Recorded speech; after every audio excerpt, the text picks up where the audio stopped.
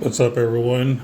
Today we're going to be discussing the first character that came from the new collab that we're doing. This is a redux of Code Geass, so let's get right to it. We're going to go ahead and just bring my version up because I did pull her. She's currently level 118, all that good stuff. I do have all of her skills learned, fully enhanced, awakened to 7 at the moment.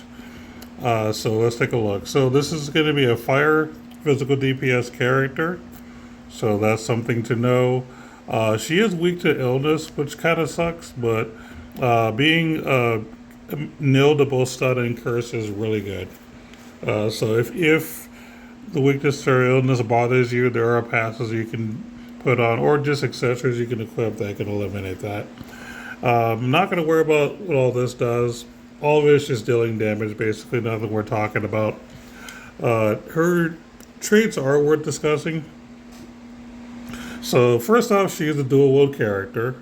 So, knowing that this is a dual wield character, she's going to be a good PvE character, but probably a bad PvP character. So, with two weapons equipped, you get some damage and damage cap, fire, of course. Crit damage cap, bonus as well. And then, of course, give physical attacks and specials and anti-boss and machine type effects. So she automatically comes with a Machine Slayer and a Boss Slayer. So obviously, she's made for PvE. I mean, that's pretty clear. Let's take a look at the second trait. So battle start every 40 seconds, and basically every time she's revived, you get an ace buff. So we have the ace buff. Let's see. Okay, so you survive 1 HP, restore medium HP. Okay, anyway, so Ace buff active. Strength gives you 24%, crit rate 5%. You won't flinch from physical or magic attacks. So basically, she becomes flinch proof whenever she has the Ace buff, which honestly, I think is really cool. Flinch proof is always a good thing for a character to have. That's the important thing here. In terms of her passives, now obviously I've learned a bunch of random stuff, but I'll find the ones that are important, that are more or less new. Let's see if we can go down here. She does have some good like Slayer stuff, some fire stuff. Okay. Now I did equip her with a sword and claw, just because I wanted to give her the sword and claw technique that you get from the not Bayonetta, the collab with Velvet. So I'm using this. So if you're using a sword and a claw, she can equip both, and you can get this ability if you want. However, her normal passives does have a machine boost, but since I'm not using machines, it doesn't really matter to me. So anyway, moving along, she does have some giant killer stuff, giant shield, what you would expect. Okay, here we go. So she has overdrive, so chance for specials to do crit damage, don't really care. Energy wing, boost movement speed every 10 seconds.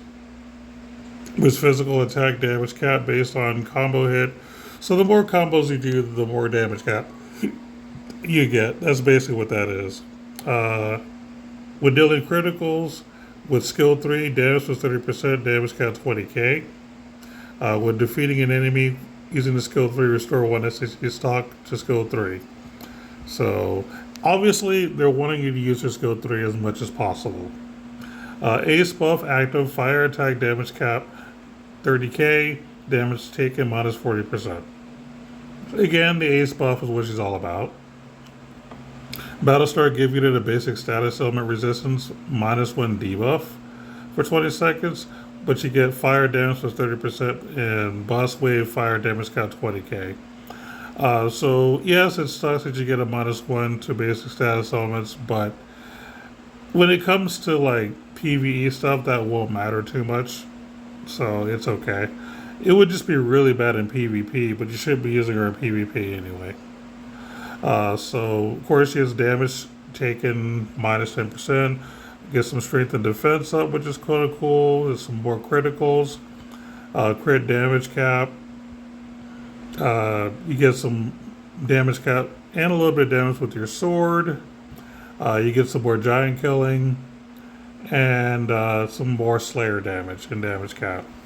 But yeah, basically, to sum her up, she's a fire physical DPS that is there to kill bosses and machines. So that's all you really need to do to up her damage is give her some like fire attack raises and anything that increases Slayer damage to Slayer damage cap. That's all it boils down to. And of course, with my equipment, I'm using a sword and a claw. Only because I want to use that sword claw technique. If you weren't there for the other collab, you probably won't have this. But you can equip machines since she does get a passive that increases it. I don't need it. I ain't worried about it. She does good enough for what I have. Let me go ahead and take a look also at her paid gear. Now, I'm going to be honest with you. I have not looked at her paid gear at all. Mainly because I just don't feel like spending money. So that's kind of what it boils down to. So let's take a look. All right. So this is going to be a fire sword. Surprise, surprise. Stats, decent strength, some defense, and fire physical attack damage 25%, damage count 3k, Slayer effects and special damage cap 4k, crit rate 3%. So basically, you're getting some extra damage and damage cap, and you also get extra Slayer damage and damage cap with a 3% crit rate increase. So yeah, honestly, I think this is a pretty good sword for her. I think it's great. I like the crit rate. I like the Slayer damage. I like all that stuff. Like I said, the only thing that's kind of are the stats, but everything else is good. And then you have the second one, which is an accessory. So 400 HP is kind of good. A little bit of strength and defense. Damage taken from bosses minus 15%. Ace buff active, fire damage 20%, damage cap 2k. So you're getting more damage. On top of that, you're getting some ice resistance and some blind resistance, which I guess is fine. So yeah, I mean, accessory is decent. Now, if you're a budget player and you're only buying one, I think the sword is the obvious choice, but either one's fine. But I wanted to go over that just because I haven't actually looked at it because I'm not spending any money. Anyway, moving along, let's take a look at the actual arc. I actually don't have the arc right now, so I'm going to just take a look at the recommended. I did try to do a few 10 pulls to get the arc, but it didn't happen. Basically, if you're using a sword, you get some strength. If you're using a machine, you get some skill damage. If you're using a claw, you get some crit rate. If you have two weapons equipped, skill and special damage cap 3k. Damage taken from minions with the same type as the unit, minus 20%. Overall, it's okay. It's basically good if you have a dual wield character that's equipping at least two of these weapons. So, depending on what your preference is, this could be good for you. Again, I didn't pull this, so I haven't used it at all, but I think it's alright. As far as learnables, most of this is stuff we've seen before. Sky Shield 2 might be new, but I don't remember. Knight of Zero, two weapons equipped, skill and special damage plus 15%. That's not bad. And then you have Radiant Wave Surge. You see, when fire skill attacking, boost damage and damage cap based on closeness of the enemy. Okay, so basically if you're in their face, you can deal more damage. Seems okay. Doesn't seem like a must-have. Not really. It's just kind of like win more is what it is. That's basically what that is. So learnables are okay, but nothing really to brag about. And let's take a look at the Ether reward. It's a machine with some strength and intelligence, which is interesting. Light physical attack damage 20%. Physical attacking boost damage cap based on distance. Wow, this feels like a boost damage cap based on distance. So this is literally the opposite of the character on the banner. See, this is some stupid shit that Last Cloudia does sometimes. You make a character, and in the arc that comes with her has an ether reward that has nothing to do with the character. First off, this is a light weapon, and the character is fire.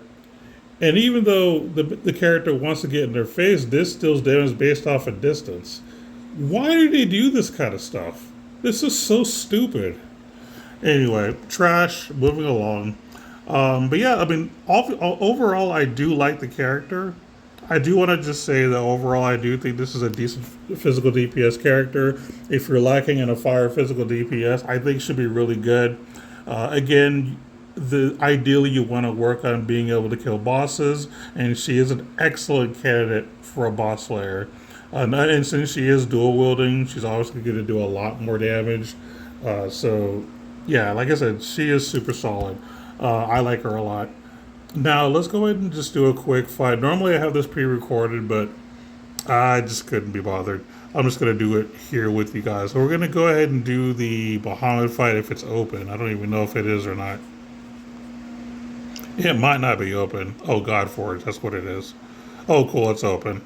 Alright, let's do this one solo, no friends. And I'm going to actually use the arc that comes with Velvet. Since I am doing the whole sword and claw thing, I figured, why not have a little bit of fun? Again, I didn't pull the actual arc that she gets, but I do think this arc is decent for her as well. We're not going to skip the battle, and let's go.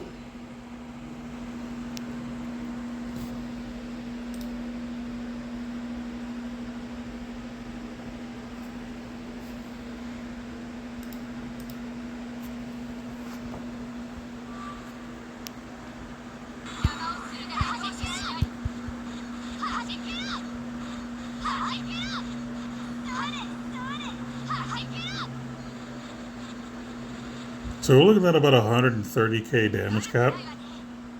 Not too bad. For a dual wield character, that's actually pretty good.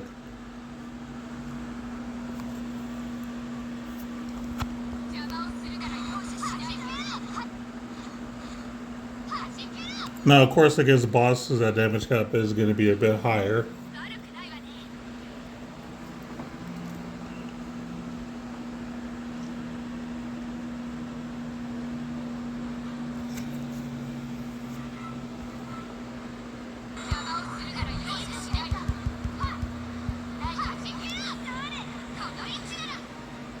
Was that 180k on crits? 150k?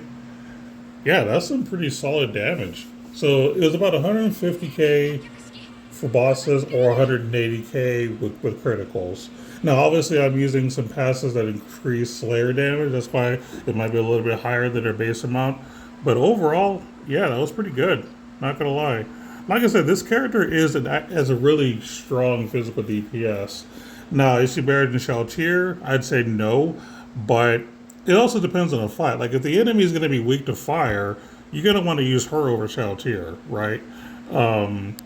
So, it kind of just depends on the fight. But overall, she is still a pretty solid character. If you pulled her, I just say congratulations. And of course, if you're a fan of the actual anime itself, I mean, obviously you're going to want to collect these, right? I mean, I basically pulled her because she's a waifu, because I normally collect waifus, but, that's just how it is.